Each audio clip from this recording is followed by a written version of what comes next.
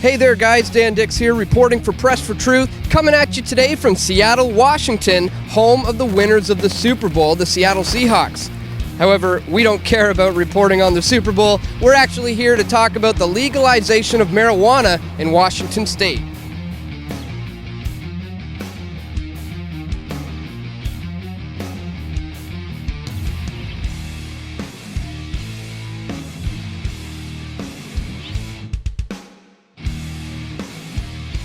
So this is kind of we're here at HempFest Central in North Seattle, and this is our kind of general volunteer area, the belly of the HempFest beast.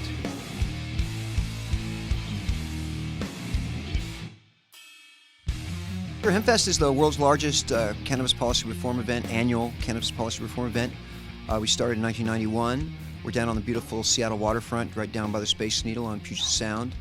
We've got 1.5 miles of event right on the waterfront with 6 stages and about 400 vendors, 1,000 volunteer staff members, and we basically take possession of the parks with the intent to distribute the truth.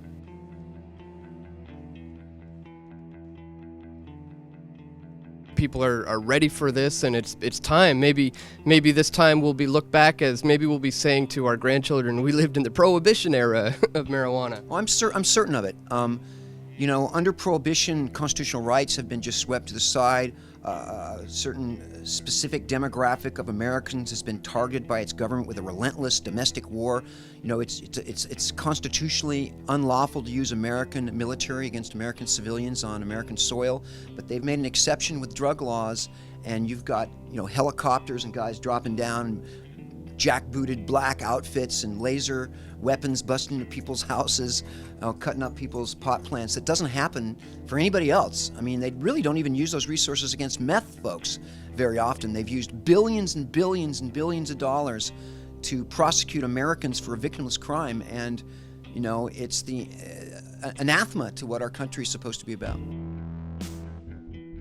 My name's John Davis. I'm Chief Executive Officer of Northwest Patient Resource Center. We have 2 locations in Seattle, just picked up a 3rd. Prohibition as a policy is a failure, and everyone knows it. You know, look at alcohol, what we tried to do there. It simply doesn't work. It increases youth use, it increases youth availability, increases binge use, overall use. It's just not an intelligent way to deal with any substance. So because the policy has failed, and everyone knows it, no one thinks that the drug war is winning, we're going to see continued movement inside the United States. Just a few years ago, we legalized marijuana in the state with I-502, I-502, and really it's kind of, along with Measure 64 in Colorado, it's just really kind of opened the floodgates for interest and reform and narrative on a national, international level like we've never seen before. It's pretty exciting. That said, there's a lot of nuts and bolts that need to be hammered out. You don't undo 80-plus years of disinformation and catastrophic policy overnight. Legalization is a process, not an event. And really, you know, Colorado and Washington are kind of 2 petri dishes right now where the government's allowing experimentation. At the end of the day, you know, economics really drives our society, all societies. And I think that economics is going to be the linchpin of what's going to make things change on a national level. Why do you think the quickening is happening? I mean, countries all over Europe, I mean, Uruguay is legalizing, other countries all over the world. Things are really escalating in the last just 4 or 5 years. Why do you think that is? Well, I think that the government and governments and the media have been way behind the 8 ball, that the people have been ready for a change for a long time, much longer than polling indicates. Tell us what the transition was like into legalization. Oh, it's been a long road with little tiny imperfect steps that we've taken over the years. We did I-75, lowest police priority in Seattle. We did the medical. We've been working on the medical, and recently we've got a form of legalization, which isn't perfect, but we've been taking these steps forward to kind of get where we are to now, which is looking like progress. I don't know of any issue that has 20, 21, 22 states voting in defiance of federal law, like medical marijuana states have been going on. But now that Colorado and Washington have kind of flipped, it shattered the myth. It showed us that not only is Prohibition not an iron curtain, it's a brick wall, and you can take some bricks out. You take a few more strategic bricks out, you might be able to challenge the structural integrity, and the whole thing is eventually just going to crumble. So where do we go from here? It seems we're on the right track. I mean, Canada's taken some steps back, but you guys have taken some huge steps forward. What are the next steps? Well, personally, I think that what I want to see and what I think is coming at some point is an environment where, despite whatever the laws are, there's no more political will to prosecute people for marijuana. And what I mean by that is, they might say, okay, you can't grow marijuana, but you can buy it in the store, you can buy it anywhere. Well, at some point, the public's just not going to stand for putting people in jails and prisons and wasting precious resources on this over pot, even when there's laws in the books. Just like Holland or BC, where there's been tolerance, it's been against the law, but they tolerate it.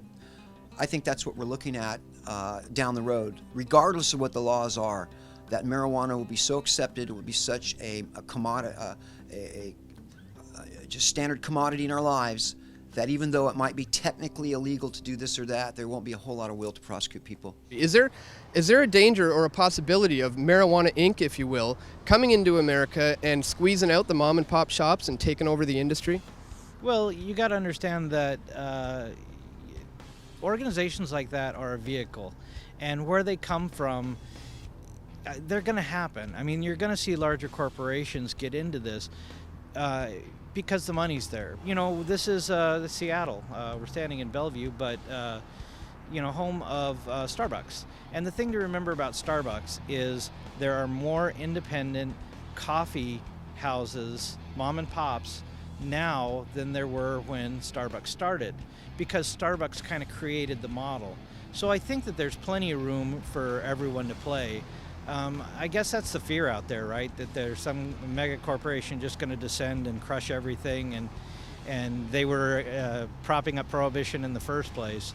But as I say, this is a marathon, not a sprint. This is a long game. So if you're worried about that, you need to engage and try to be as influential as you can, but understand, everyone can only have finite influence. I think that's the safe bet that every giant multinational corporate entity that sees a chance to profit off of this new emerging market will come in and try to dominate as quickly as possible and probably be successful at it. Yeah, successful financially, but probably hampering and diminishing the plant. I know in Kent, sucking the soul and the spirit right out of every aspect of the plant and its community, probably. In Canada, Health Canada now is changing the rules, and people will no longer be able to extract. You'll not be able to have edibles. Health Canada is saying if you want to continue on your medical program, you're going to have to smoke it. What are your thoughts on the fact that Health Canada is saying that we can't do extract? It indicates that there's scientific information's coming from Cheech and Chong, I think. That basically their way of saying if you've got terminal cancer, or if you've got leukemia, or you've got MS, we want you to take the most inefficient distribution method, delivery method.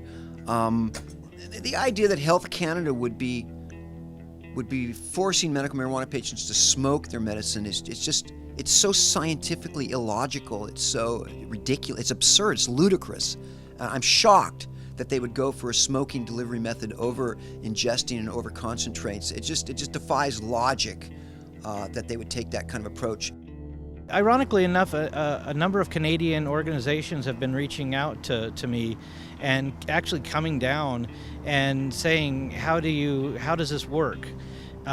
Because they're getting into it, and they tell me about the mail order system and the fact that you have to smoke, you can't have any edibles or anything like that, which is crazy with children that have a need for CBD and have things like Dravet syndrome.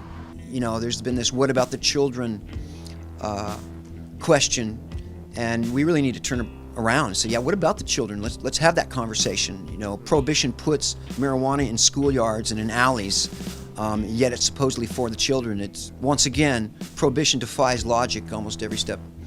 But it's a lifestyle choice, and it's a health choice, and I think that people should be able to make health and lifestyle choices based upon truthful and accurate information. We've heard 80 years of prohibitionist propaganda. Well, it's our turn now to speak, and frankly, I think that people are listening.